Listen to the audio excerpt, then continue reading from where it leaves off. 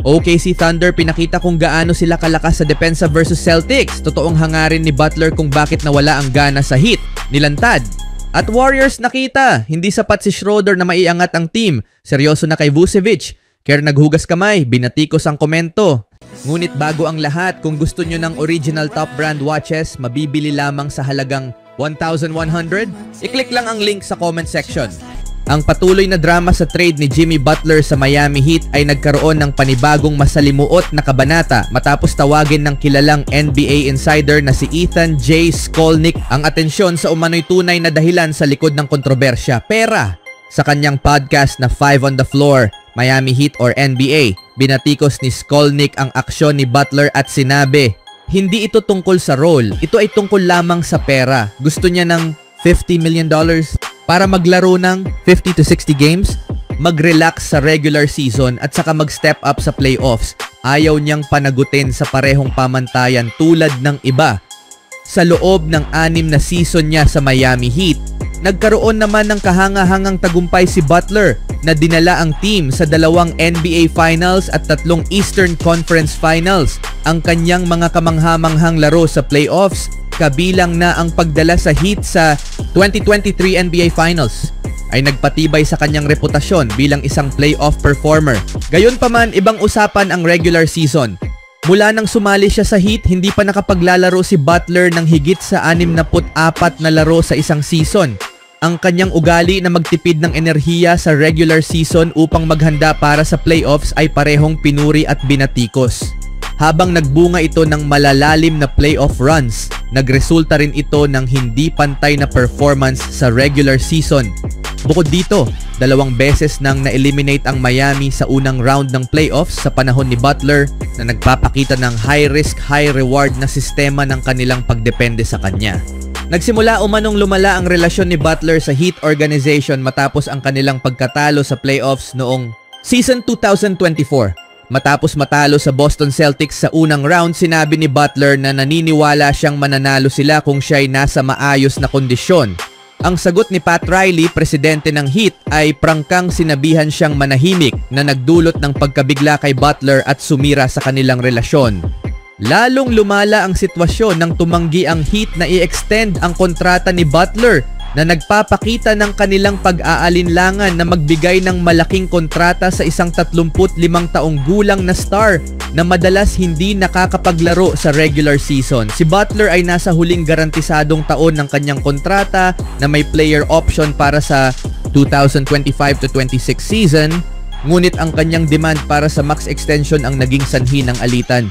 Ang panahon ni Jimmy Butler sa Miami Heat ay tila malapit ng matapos habang tinitimbang ng prangkisa ang mga panganib ng pagpapanatili sa isang manlalaro na nagbigay ng mga kahanga-hangang sandali sa playoffs ngunit nahirapan sa pagpapanatili ng konsistensya sa regular season. Ang desisyon ng Heat tungkol sa kinabukasan ni Butler ang maghuhubog sa direksyon at legacy ng team sa mga darating na taon. Anong masasabi niyo mga kaibigan sa isyong ito? Sa ibang balita naman, habang tumatakbo sa fast break, inakala ni Jason Tatum na may madali siyang layup. Nagpasa ng full court si Derek White sa multi-time All-Star para sa isang tila-tiyak na puntos.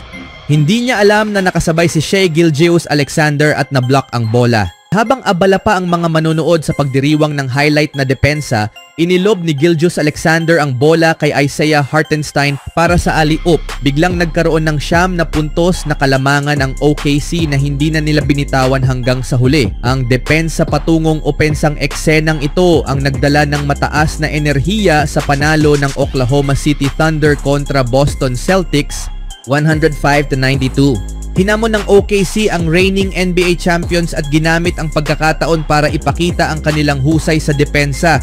Panalo na sila sa 15 magkasunod na laro. Tulad ng mga nakaraang 3 laban, naunahan ulit ang Thunder. Pero iba ang pakiramdam ngayon. Ang Celtics ay mga ka-level nila bilang isa sa 3 pinakamalakas na team.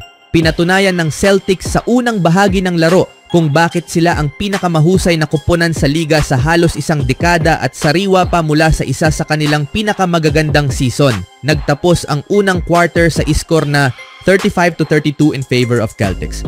Lumaki pa ang lead nang maka-score ng 30 puntos ang Boston sa ikalawang quarter. Pumasok ang OKC sa halftime na may 65-55 deficit. Para bang matatapos na ang di kapanipaniwalang winning streak ng OKC nitong nakaraang buwan. 2 minuto lang ang kinailangan para baligtarin ng Thunder ang laro. Naka 3-pointer si Aaron Wiggins at nakakuha ng foul si Jalen Williams na naipasok ang 2 free throw. May higit 9 na minutong natitira, hawak na ng OKC ang 81-80 lead. Kaunti na lang ang naging galaw sa scoring pagkatapos noon. Ang laban ng 2 top defenses sa liga ay nauwi sa pisikal na labanan. Matapos maka-score si Tatum ng turnaround jumper, naitay ang laro sa 85 all in 7 minutes remaining. Iyon na ang huling pagkakataon na naitay ang laro ng Celtics. Sumunod na 9 na puntos ang nakuha ng Thunder sa loob ng 2 minuto. Ang run na iyon ay tinapos ng block-to-lob sequence ni Gilgeous-Alexander. Muling pinatunayan ng Thunder na isa sila sa pinakamalalakas na team sa liga. Isa na namang dominanteng second half ang ipinakita nila na outscore nila ang Celtics ng 29-12 in fourth quarter. Matapos makapagtala ang Boston ng 65 points in first half, napigil nila ito sa season low na 27 puntos sa second half. Pinangunahan ni Gilgeous-Alexander ang laro na may 33 puntos at 11 rebounds. Si Williams ay halos nag-triple-double na may 10 puntos. Si Dort ay nagtala ng 14 na puntos. Si Tatum ay nagtapos na may 26 na puntos at 10 rebounds. Si Jaylen Brown ay may 21 punto pero walang punto sa second half. Anong masasabi niyo mga kaibigan sa depensang ipinakita ng OKC Thunder? Sa sumunod na laban naman, tinanggap ng Golden State Warriors ang Sacramento Kings sa kanilang bahay nitong Lunes ng araw para sa isang laban na pabor sa kanila. Bagamat may 3 sunod na panalo sa ilalim ng interim head coach na si Doug Christie, wala ang star guard ng Kings na si De'Aaron Fox na nasaktan sa kanilang nakaraang laro. Sa kasamaang palad para sa Golden State, ang gabi ay nag-iwan ng mapait na lasa sa mga taga-suporta. Tinalo ng Sacramento ang Golden State sa ika-17 talo nito ngayong season sa score na 129-99. Ang Warriors ay isang laro na lang ang abante sa .500 record. Sa patuloy na paghihirap ng koponan sa labas ng performance ni Steph Curry, nagbigay ng pahayag si head coach Steve Kerr matapos ang laro. Ang talo ay talo, sabi ni Kerr. Hindi ito mas nakakabahala kaysa sa anumang ibang talo. Ganito na ang NBA ngayon, sobrang bilis ng laro at napakaraming 3-pointers kaya magkakaroon ng mga gabi na ang lahat ay mapupunta sa pabor mo o pabor sa kabilang team. Sa tingin ko napakahusay ng Sacramento, naglaro sila ng napakagandang laban. Dahil sa kawalan ni Fox at sa di kompetitibong score, naging kontrobersyal sa mga tagahanga ang pahayag ni Kerr. Sinabi rin ni Kerr na ang 22 turnovers ng koponan ay isa sa mga pangunahing dahilan ng pagkatalo, kung saan ang mga starters ng Golden State ay may pinagsamang 15 turnovers. Patuloy pa rin ang Golden State na nababanggit sa mga trade rumors habang papalapit ang trade deadline sa Pebrero, at ang pangalan ni Nikola Vucevic mula sa Chicago ay lumulutang na target na ngayon ng team. Matapos ang isa na namang masamang talo ngayong season, nakikita ng pamunuan ng Golden State na hindi sapat si Dennis Schroeder upang maiangat ang koponan sa kanilang kasalukuyang kalagayan. Ano ang masasabi niyo mga kaibigan? Dapat na bang baguhin ng Warriors ang rotation sa pamamagitan sa pagkuha kay Vucevic? Even when you feel low, you can still go. Even when you feel slow, you can still go.